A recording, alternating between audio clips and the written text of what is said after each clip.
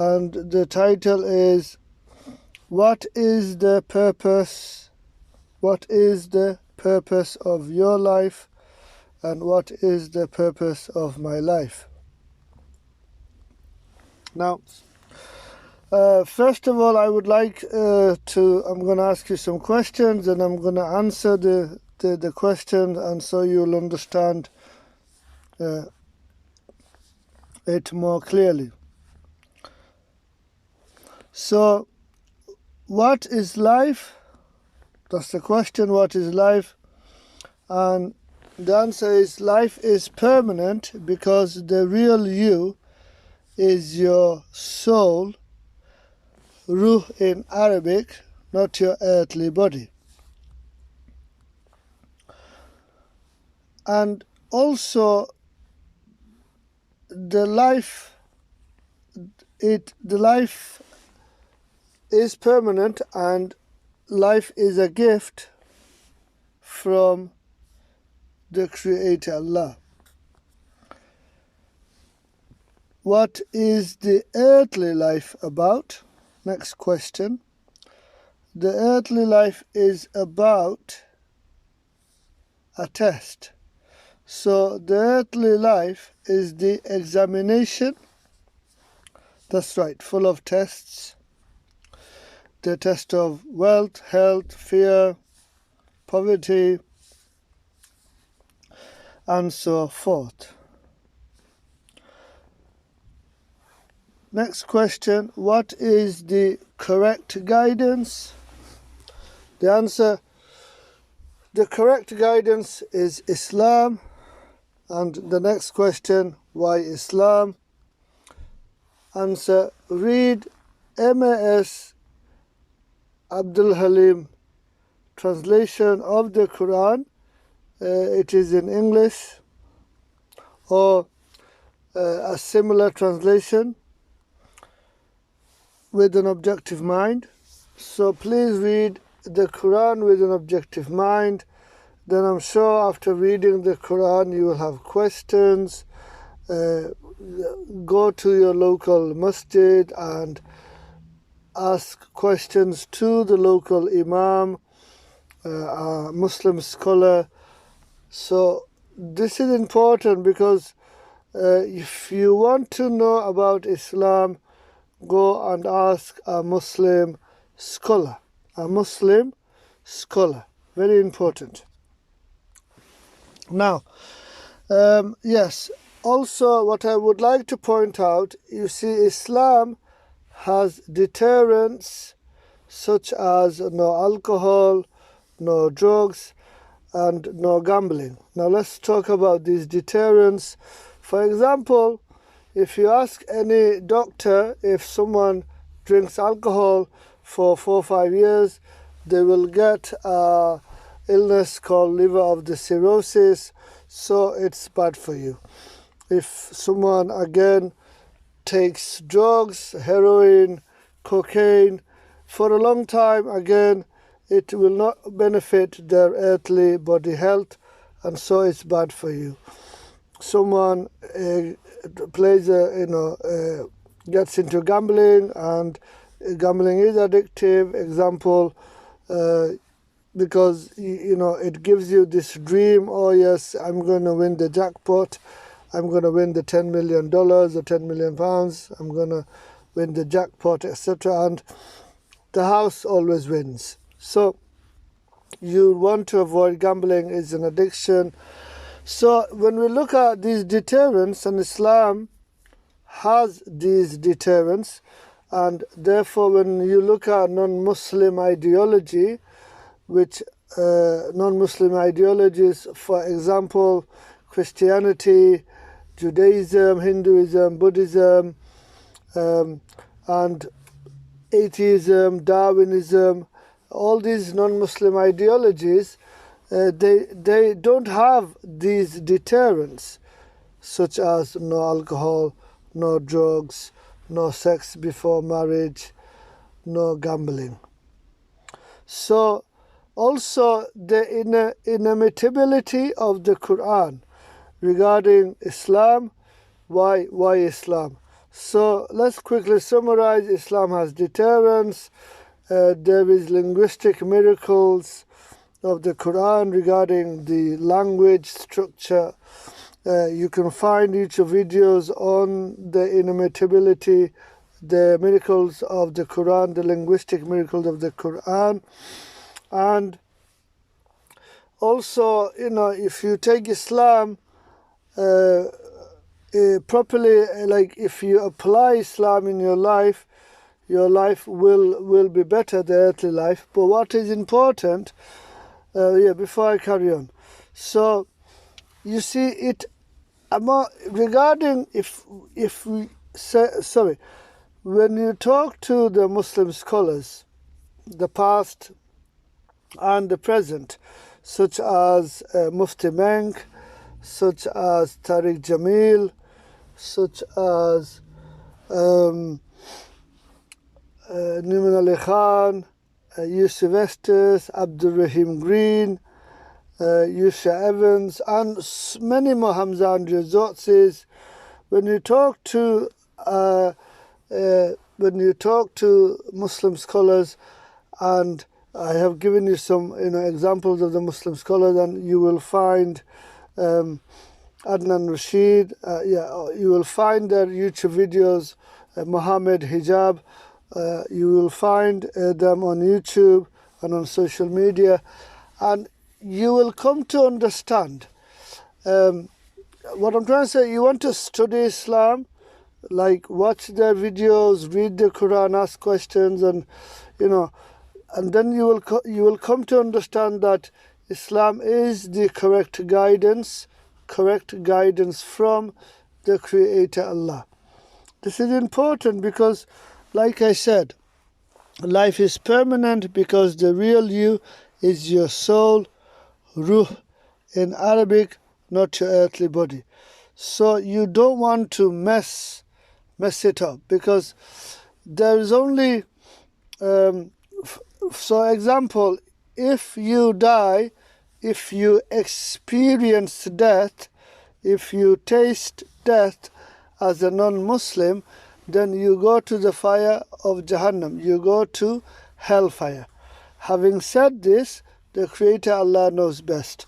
But regarding punishment, the Creator Allah is very clear. In the Quran, the Creator Allah says, those who taste death as a non-Muslim will go to hellfire, fire of Jahannam. Having said this, the Creator Allah knows best. Now you see, I don't want to look, I care about you. I care about the non-Muslims. After reading namaz, salah, I do dua, I request to the Creator Allah, oh Allah, forgive all the Muslims, guide all the non-Muslims to Islam, so they can also go to paradise with us as Muslims, Ameen. And then I also add, I know, Ya Allah, it is up to them. So, as you can see, in the Quran, Allah is clear, the Creator Allah is clear. If you die as a non-Muslim, you will be punished in hellfire. And I am not saying this, the Creator Allah is saying this in the Quran. Having said this, the Creator Allah knows best. But like I said, Islam is the correct guidance from the Creator Allah. Islam is the truth from the Creator Allah. Now don't forget, you have free will, and therefore you have to choose to be Muslim. This is very important. I cannot force you to be Muslim, but I can and I am requesting you to become a Muslim. I really, truly requesting all the non-Muslims, including Richard Dawkins, Sam Harris, Daniel Dennett, and people like them, to become Muslim whilst they are still alive on earth, and ask for forgiveness from the Creator Allah, so they can go to paradise with us as Muslims. Ameen. Now, having said this, the Creator Allah knows best. Now, this is very important. I really want everyone to become Muslim, those who are not Muslims yet. Now, you see, the free will is part of the examination. The reason the Creator Allah gave us free will is to see, do we worship the Creator Allah? Do we choose to worship the Creator Allah? Now worshipping the Creator Allah is being grateful to Allah, is thanking Allah. Now you see, the being a Muslim, a Muslim means the one who worships the Creator Allah. Therefore, the one who is grateful to the Creator Allah.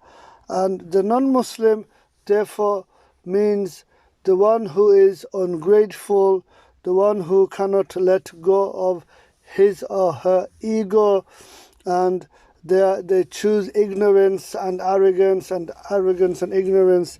And so, example, they say, unwise things like, I am an atheist, for example, that's what they say, and I am an agnostic, or I can't see God. About not seeing God. You see, God is really powerful. And Musa alayhi salam, Moses wanted to see God, and basically, long story short, Allah said that Allah will show Allah's self to the opposite mountain, and the other mountain basically turned into dust, pulverized, evaporated, similar. It basically turned into dust, and Musa alayhi salam lost consciousness, and then the Creator Allah brought him back into consciousness, and Musa alayhi salam realized that it is not a good idea for the Creator Allah to come in front of him in order to see Allah. You see, the Creator Allah is extremely powerful. The Creator Allah is more powerful than a star, a main sequence star, which is our sun. So you see, you can't say, well, I can't see God, I can't see the Creator Allah. By the way, my Creator, your Creator is the same Creator Allah. By the way, the word Allah means the one who deserves all worship, and God, Allah, Creator, same meaning. Yes, yeah. The higher power, the supernatural force, the higher power. Now, carrying on. Look, free will is part of the examination.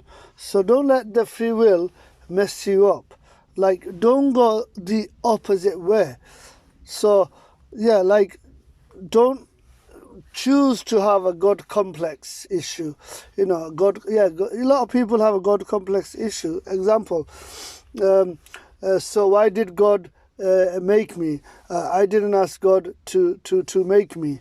Don't forget, rules are important. So you have been given free will, I have been given free will, and so I can't just live the way I want, which means what I'm also saying is, breaking all the rules. A free will creature such as us, we just cannot live by our desires. Like, we cannot make the desires as rules. This is really silly, and not good for health, biologically, chemically, and psychologically. So please try to understand. Now, next question. Who are you? I am. Who am I? And who are you? So you are a child of Adam, and I am a child of Adam. We are the children of Adam, and this is very important. You see, Darwinism and the Darwinian theory of evolution, natural selection and random mutation, it doesn't actually work. And what's important, Darwinian theory of evolution is based on assumptions and probabilistic framework.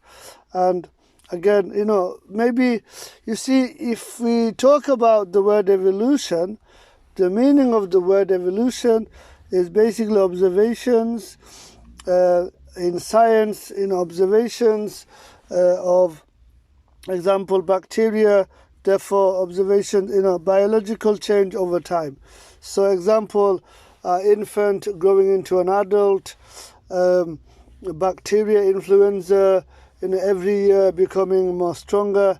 I mean, that is basically developmental change, or that meaning is fine. So example, that meaning is fine, but Darwinian theory of evolution is based on assumptions, and it doesn't work. It doesn't work.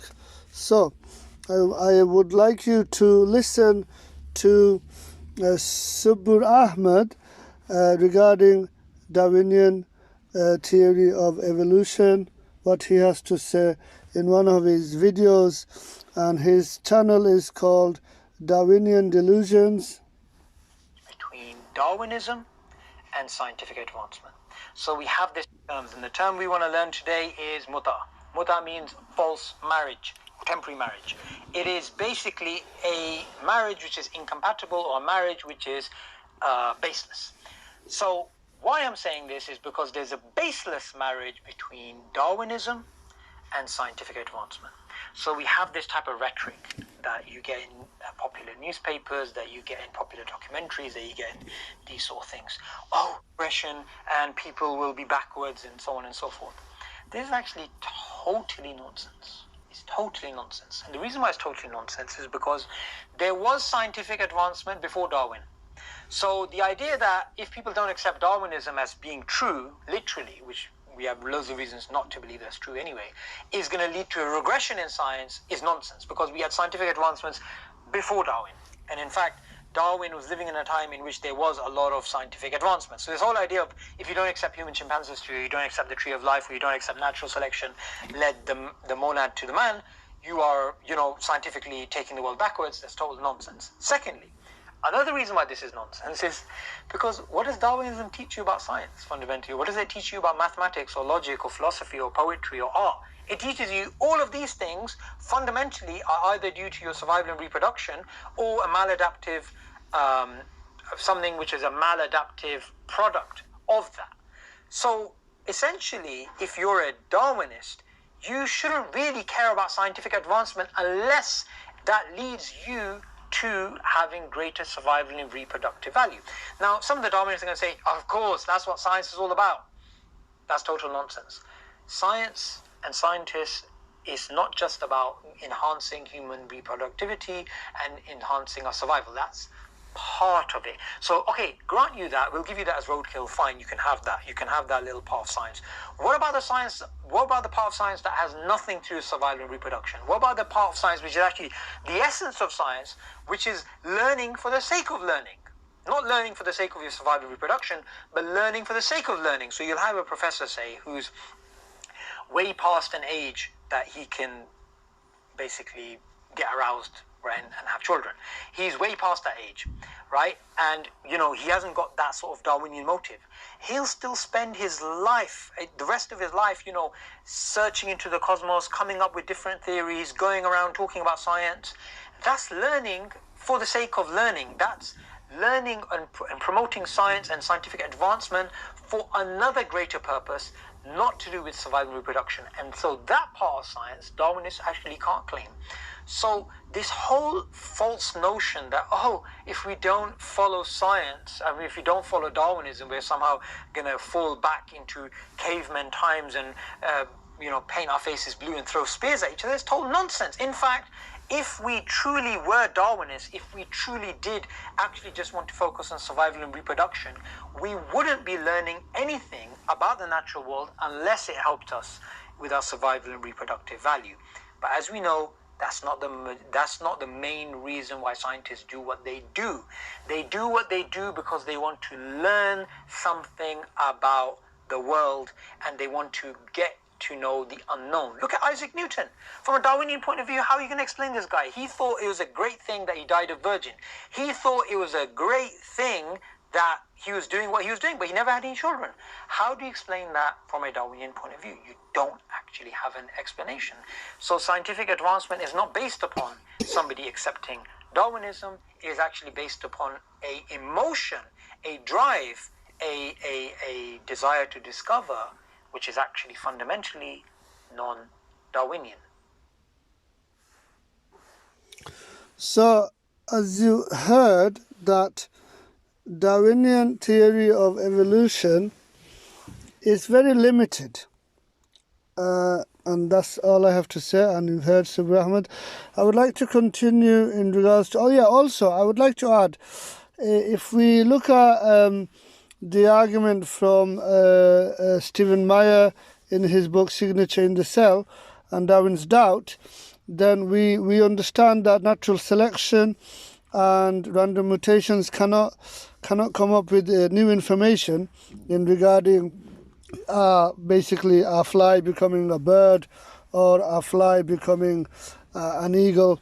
So I would like to point out, to read some books regarding that the Darwinian theory of evolution actually is very limited, and actually at best it doesn't work. Signature in the Cell, the book by Stephen Meyer, Signature in the Cell, and Darwin's Doubt. Basically they discredit Darwinian theory of evolution, and they actually point to a designer, an intelligent designer. Now this intelligent design theory is actually the argument is from a scientific point of view, not theology. Not this intelligent design theory argument by Stephen Meyer is from a scientific point of view, not from a theological point of view. Please understand this. Carrying on. A quick recap. So Islam has deterrence, Islam linguistic miracles of the Quran, and so many other signs in Islam. We have established that Islam is the correct guidance. So what I'm trying to say, look, what I am saying is Islam is the truth from the Creator Allah. Islam has been established to be the correct guidance for all of the children of Adam. And so the next question is, what is the purpose of your earthly life? And so the Creator Allah says in the Quran that Allah has created mankind, children of Adam, and jinn kind, children of jinn, to worship the Creator Allah. So basically our main job is to worship the Creator Allah, and in return the Creator Allah will gift us with a home, a magnificent and a beautiful home in paradise. Ameen. Having said this, again, the Creator Allah knows best. Now, who are you? You are a child of Adam. I am a child of Adam. We are the children of Adam. Who made us? The Creator Allah designed us. The Creator Allah made us. The Creator Allah created us. And this is very important to understand. I hope this has made everything clear. You see, it is very important. You see, life is permanent because the real you is your soul. Ruh in Arabic, not your earthly body. So I beg you, please don't mess it up. I am really, whoever is listening to this YouTube video, podcast, vlog, whatever name you want to give this YouTube video, please look into Islam. Please read the Quran. The Quran is full of wisdom. The Quran is full of knowledge and correct knowledge. Please read the Quran. Get a copy from your local dawah center, your local masjid. We Muslims are very nice people. Don't listen to Fox News. Seriously, we Muslims are very nice people. Get hold of our Quran. Contact IERA. It stands for Islamic Education. IERA, Islamic Education Research Academy. Contact, the local Dawah center. Dawah means to invite you to Islam, I think. Please contact your local masjid. See the video, How the Bible Led Me to Islam by Yusha Evans, and you'll understand what I'm trying to say. Contact the local masjid, get a Quran, copy of the Quran in a language you understand. Also, this book by Hamza and Rizot says Divine Reality, amazing book. Please become a Muslim today. Please become a Muslim today. I am saying this so I can save the real you. The real you is your soul. I am saying to you, please become a Muslim today. Look into Islam. Read the Quran in a language you understand. You will have questions, ask questions. You can type in your questions in the comments below. You can, go to any YouTube Islamic channel and type in questions and you will get answers. You can go to the local masjid, get a hold of the Imam and get answers. Please look into Islam. Become a Muslim today. Become a Muslim today, because you don't know when the Creator Allah will send the angel of death to you to reclaim your soul. Yes, this soul of yours, the real you is your soul. The real me is my soul. This soul of yours does not belong to you. The soul in my earthly body, the soul inside your earthly body, the soul inside my earthly body does not belong to us. You don't know when the angel of death, when the Creator Allah will send the angel of death. Example, you're 23, 24, 19, and you think you're going to live up to another 70 years, another 50 years. No, that's incorrect thinking. You don't know when the Creator Allah will send the angel of death, and I am telling you, you don't want to taste death. You see, the Creator Allah says in the Quran, every soul, every person will taste death. So you don't know when the Creator Allah will send the angel of death to reclaim your soul. And I'm telling you, you don't want to experience death.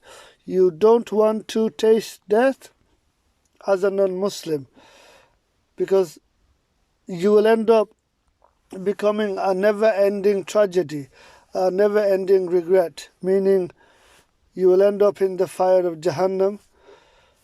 Having said this, the Creator Allah knows best. Please become a Muslim. Look into Islam. So many people look into, type in new Muslims in YouTube and listen to the new Muslim stories. Just don't take my word for it. But I really want everyone to become Muslim so you can get a place, you can get a home in paradise. That's why. Thank you for listening to my video. Please share this very important video with everyone you know. Thank you once again. Assalamu alaikum. Jazakallahu khairan.